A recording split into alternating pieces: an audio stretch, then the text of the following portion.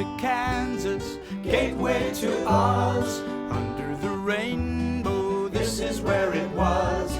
Hollyhocks and red ripe tomatoes, hand-churned homemade ice cream. Let me tell you, Kansas is more than tornadoes. It's the best part of Dorothy's dream. Today Around Kansas introduces us to Clyde Tombaugh, a Kansan who discovered the planet Pluto in 1930. Next, we'll see how the monthly Cassaday Bike Run got started and why it's such a fun Kansas event. Then enjoy a poem from Ron Wilson and learn how Scotsman George Grant reinvented the American cattle industry in 1873. Closed captioning brought to you by Kansas Soybean Commission, the Soybean Checkoff Progress, powered by Kansas farmers. This segment is brought to you by Brown Chevrolet Buick in Wamego, just a short drive down the Yellow Brick Road. Must be Wednesday again. It must be, Frank. Man, the week goes by awfully fast, doesn't it? It does. Hi, I'm Frank Chafin. And I'm Deb Goodrich. Good morning. And this is Around Kansas. And we've been around Kansas. I tell you what, this has been a summer of being on the road quite a bit. Well, I guess. Oh, and also, I need to put these on because there are some caricatures of us, and in those, I'm wearing the glasses, so.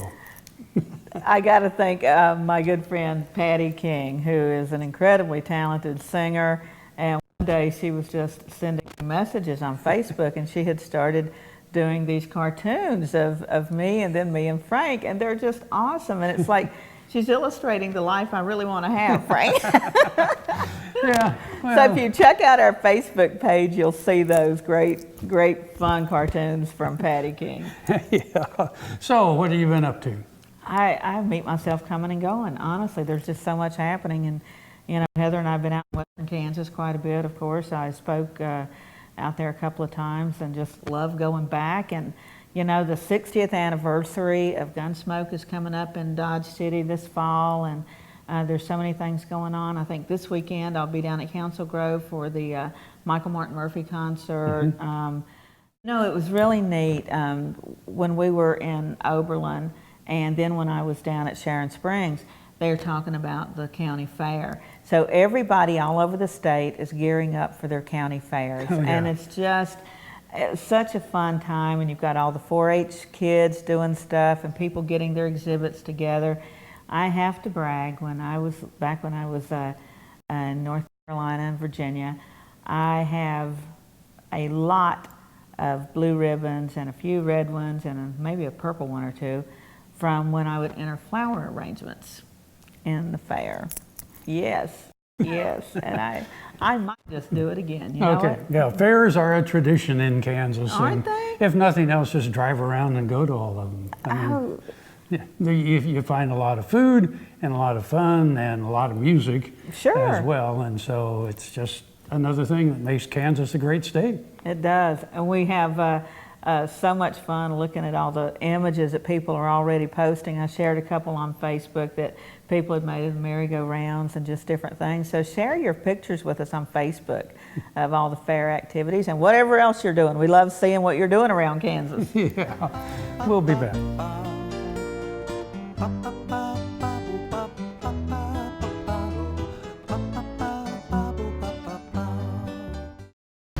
Buying a car shouldn't be this hard. And at Brown Chevrolet Buick in Wamego, it isn't. It's actually awesome. Whether you want a new or used car or truck, Toby's team can make the deal. Even if you want to custom order a new car or truck, Toby's team can make the deal. See Toby's team at Brown Chevrolet Buick in Wamego. We're awesome. I will take action against herbicide-resistant weeds. I will know my weeds, and I will stop them before they go to seed. I will do whatever it takes to give my crops the upper hand, and I will use multiple herbicide sites of action because every action counts. I will take action, this time for all time. Here's another gardening tip with Annette Jackson from Jackson's Greenhouse. If you missed the opportunity to apply crabgrass preventer to your lawn last month, there's still time. Apply Furlong's new product, Professional Turf Weed Out Plus Crabgrass Preventer. This product kills new crabgrass. It also prevents new crabgrass and other weeds, kills dandelions, and fertilizes your lawn all in one application. Visit Jackson's. We'll show you how to grow the best lawn in your neighborhood. Jackson's Greenhouse has what you need today. Hello friends, I'm Ernie Rodina. And I'm Dawn Dawson with the Better Horses Radio Show. For over 9 years, we've been bringing the Better Horses Radio Show to markets all across the Midwest. We talk about God, lots about horses. We talk about cows, we talk about horse health, we talk to top trainers, and we even talk about Roy Rogers. We are having a blast with Better Horses Radio Show and would love to take it to a market near you. So visit our website at betterhorsesradio.com and let us or your local radio station know you'd like to hear it in your area. The Better Horses Radio Show is unbelievable. This segment brought to you by Kansas Regenerative Medicine. Your stem cells, your health, your life. And we're back. So, hey, a week or so ago, Pluto got a flyby. It sure did. Now, not the Walt Disney Pluto, but I don't know what he's doing. We're not keeping tabs on him. Yeah. But of course, Pluto, that was discovered by a Kansan in 1930, I think. Mm-hmm. Yeah, so making the news once more.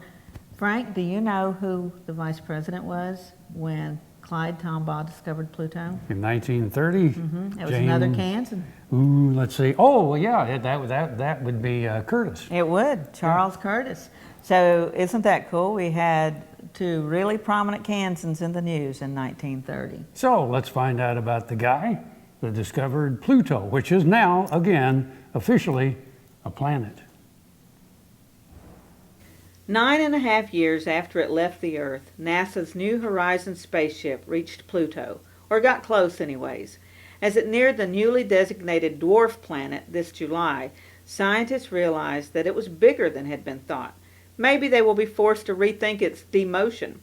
On board this historic spacecraft are the ashes of the Kansan who found Pluto in 1930, sparking a resurgence of interest in the young man who grew up in Burdett. When a hailstorm destroyed the family's crops, it also destroyed young Clyde Tombaugh's hopes of going to college. Undaunted, he taught himself geometry and trigonometry. When he was 20, he built his first telescope, and he kept building them. He made detailed drawings of the heavens, which he sent to the Lowell Observatory in Arizona, who hired the young man. He was 24 years old in 1930 when he discovered Pluto, the 9th planet in our solar system. After that, he went to college, earning his bachelor's and master's degrees from the University of Kansas. During his years at Lowell Observatory, Tombaugh discovered hundreds of new variable stars, hundreds of new asteroids, and 2 comets. He found new star clusters, clusters of galaxies, including 1 supercluster of galaxies. In all, he counted over 29,000 galaxies. Tombaugh remained at Lowell until he was called to service during World War II. The astronomer taught navigation to the U.S. Navy at Arizona State College in Flagstaff from 1943 to 1945. After the war, Lowell Observatory was unable to rehire Tombaugh due to a funding shortfall, so in 1946 he returned to work for the military at the Ballistics Research Laboratories of the White Sands Missile Range in Las Cruces, New Mexico, where he supervised the optical instrumentation used in testing new missiles. In the course of his work, Tombaugh designed many new instruments, including a super camera called the Igor Intercept Ground Optical Recorder, which remained in use at White Sands for 30 years before it was finally improved upon. The canister containing Tombaugh's ashes bears this inscription, written by Alan Stern, the head of the New Horizons mission. Interned herein are remains of American Clyde W. Tombaugh, discoverer of Pluto and the solar system's 3rd zone, Adele and Muron's boy, Patricia's husband, Annette and Alden's father, astronomer, teacher, punster, and friend, Clyde W. Tombaugh, 1906-1997.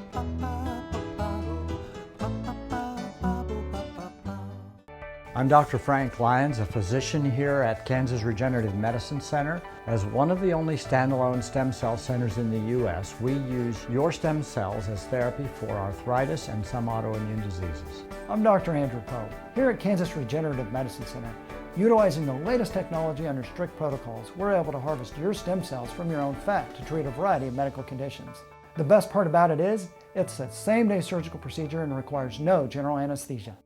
As fourth-generation farmers themselves, Heinen Brothers Ag Service understands the risk and rewards of farming. So when it comes to quality aerial and ground application, fertilizer, ag chemicals, and anhydrous ammonia, call Heinen Brothers Ag today, 800-760-4964. When your living depends on agriculture, you can depend on KFRM 550 AM.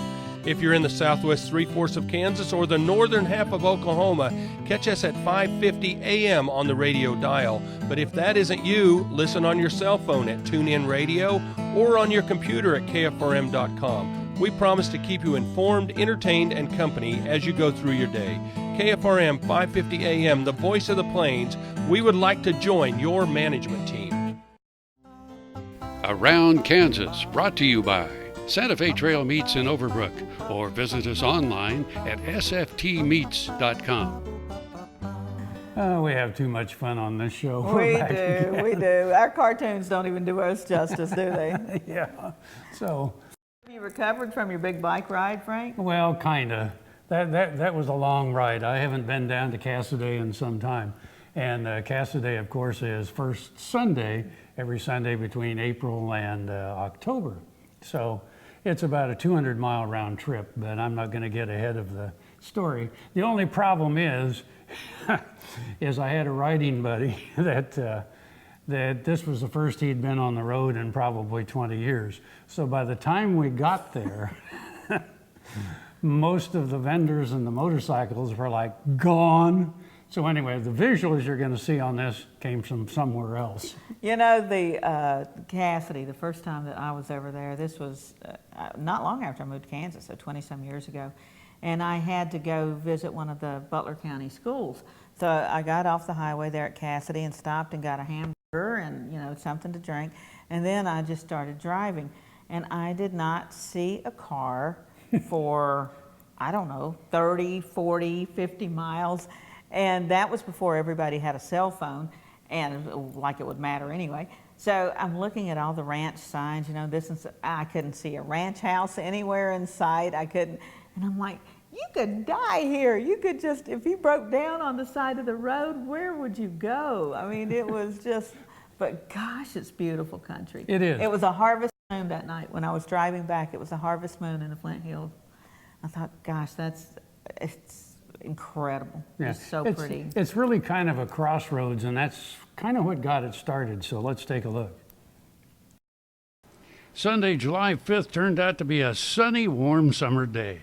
Your reporter has not been to a Cassaday bike-in for a few years now. A friend of mine got a new-to-him motorcycle, so I suggested we ride to Cassaday for First Sunday, as it's called, so he could get a real feel for the new ride. My friend had not been on a bike in several years. I figured I'd lead him through the great terrain on our trek from Topeka to Cassaday. It would be an easy ride, and one that would take us through the beautiful Flint Hills.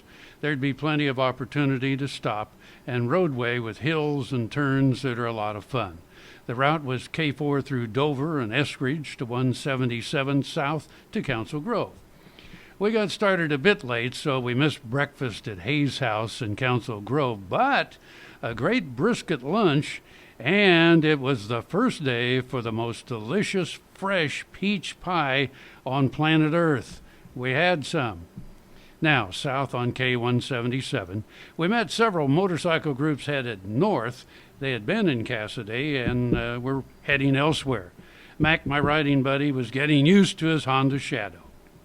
Well, we arrived in Cassaday about 1:30 in the afternoon. Yep, it was pretty much over for the day, hence my plan for a lot of pictures for this story was dashed. But I told Mac next time we'd get an earlier start and he would witness a small town transformed into a mini Sturgis with a few thousand bikes and bikers from everywhere. Not the 1%ers, but men and women who put on the leathers and ride the weekends for fun. You see, the whole first Sunday thing started with some bikers stopping at the small cafe in town one day back in 1991. They were a bunch from the Christian Biker Association that enjoyed the riding through the Flint Hills. They asked the cafe owner to stay open on Sundays so they could come eat breakfast there before riding on. Well, the owner agreed, as long as at least 30 bikers would come in. Well, the rest is history, as they say. Now, first Sunday from April through October in Cassoday is Cassoday Bike Run. As many as 7,000 bikers now ride in. They're met with food and fun and many types of motorcycles. It really is a sight to see. Cassoday is located right off I-35 on the scenic byway K-177, but it's more fun to ride through the scenic Flint Hills. If you're a biker, ride in August 2nd. You'll enjoy the ride. See you around Kansas.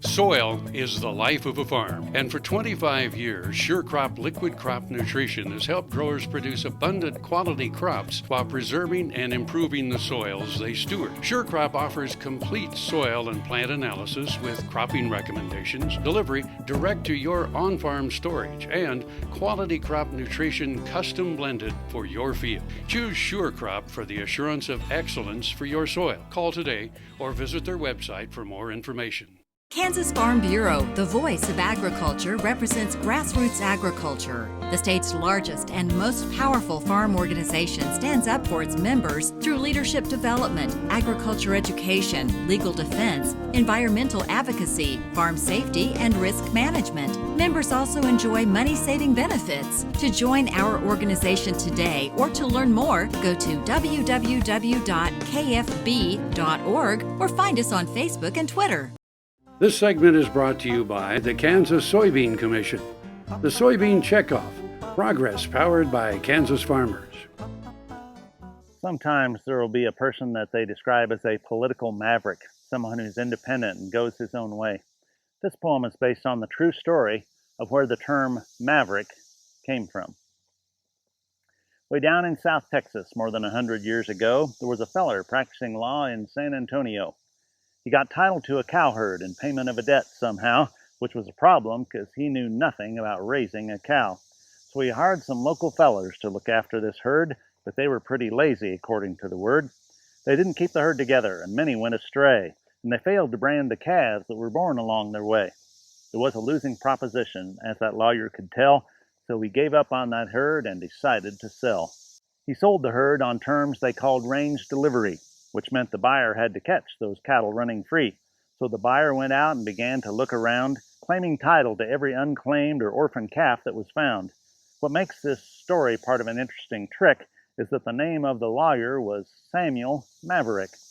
So when the buyer went to gather stock on his business's behalf, when he found a calf alone, he'd say, "That's a Maverick calf."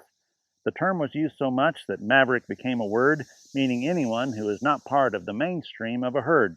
So that's the story, the true story, of how the term maverick came to be, from the plains of Texas, with longhorn cattle running free. Happy trails.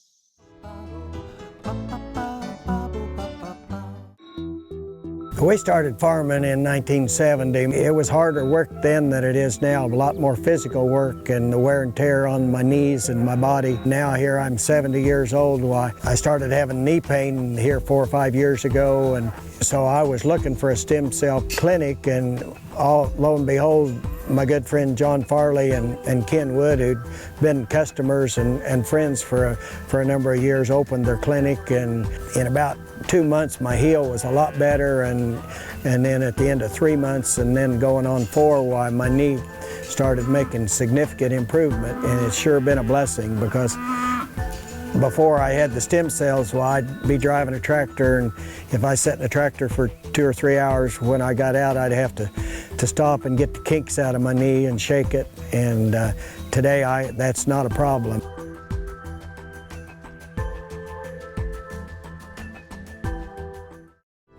Healthy cows start with the new Hired Hand automatic livestock sprayer. Rancher invented to provide an efficient alternative to pour-on and injectable parasite management systems. The portable design allows cattle to treat themselves head to hoof. Strategic device placement with pass-through activation technology takes the stress out of parasite treatment for cattle and the rancher. Get the new Hired Hand for yourself or become a distributor. Visit cowsprayer.com. The new Hired Hand makes healthy cows easy. Valley Vet Supply is devoted to providing information and professional quality products at reasonable prices. Valley Vet Supply.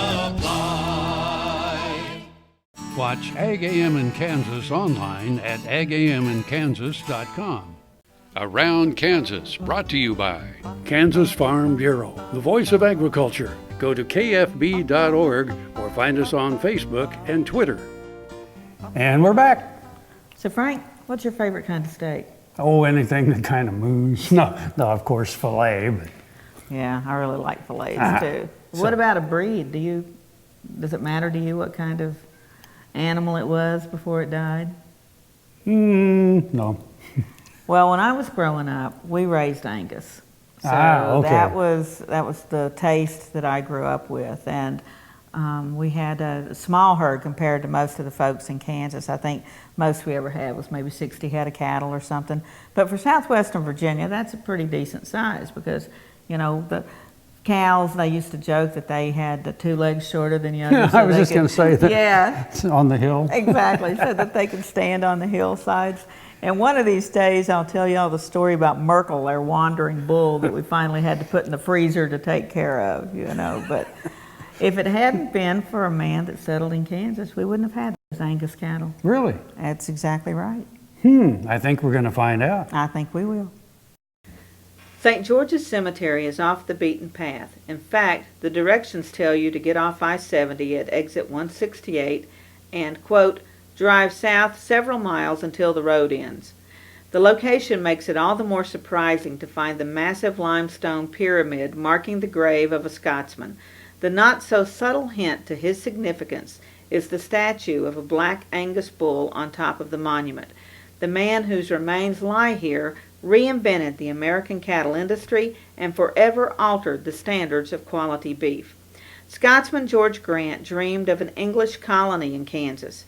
He chose the plains of Ellis County and convinced his well-heeled friends that the English aristocracy could become Western cattle barons. In 1873, he imported 4 Angus bulls from Westertown, Scotland. When 2 of the George Grant bulls were exhibited in the fall of 1873 at the Kansas City Livestock Exposition, some considered them freaks because of their polled or naturally hornless heads and solid black color. Short horns were then the dominant breed. Grant, a forward thinker, crossed the bulls with native Texas longhorn cows, producing a large number of hornless black calves that survived well on the winter range. The Angus crosses wintered better and weighed more in the next spring, the first demonstration of the breed's value in their new homeland. The first great herds of Angus beef cattle in America were built up by purchasing stock directly from Scotland. 1,200 cattle alone were imported, mostly to the Midwest, in a period of explosive growth between 1878 and 1883. Over the next quarter of a century, these early owners, in turn, helped start other herds by breeding, showing, and selling their registered stock. Grant died in 1878, and many of his friends returned to Scotland. His dream did not die with him, however. The American Aberdeen Angus Breeders Association, name shortened in the 1950s to American Angus Association, was founded in Chicago on November 21, 1883, with 60 members. The growth of the association has paralleled the success of the Angus breed in America. In the first century of operation, more than 10 million head were recorded. The association records more cattle each year than any other beef breed association, making it the largest beef breed registry association in the world. Well, I guess that's kind of it. I guess it is. So, I'm Frank. I'm Deb. And we'll see you somewhere around Kansas. Closed captioning brought to you by Kansas Soybean Commission. The Soybean Checkoff, Progress, powered by Kansas farmers. Hand-churned homemade ice cream. Let me tell you, Kansas is more than tornadoes. We're the best part